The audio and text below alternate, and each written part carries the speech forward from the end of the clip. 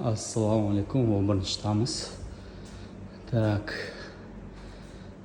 залға келдік. Біздің залдың іші осындай. Жалпы қажетті керек деген нәрселердің бәрі бар жалпы.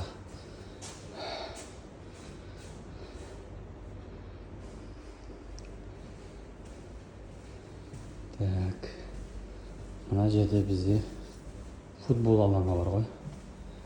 Футбол алаңы бар. Воркаут зона бар. Көріп тұрсыз бе? Сыртта да Боруссия Тоник бар. Кіші енді ескі демесең, бірақ керек нәрселердің бәрі бар. Керек болса мұнда жаттығулардың үлгілері бар. Қалай дұрыс жасаған абзал екенін қарасаңыз болады.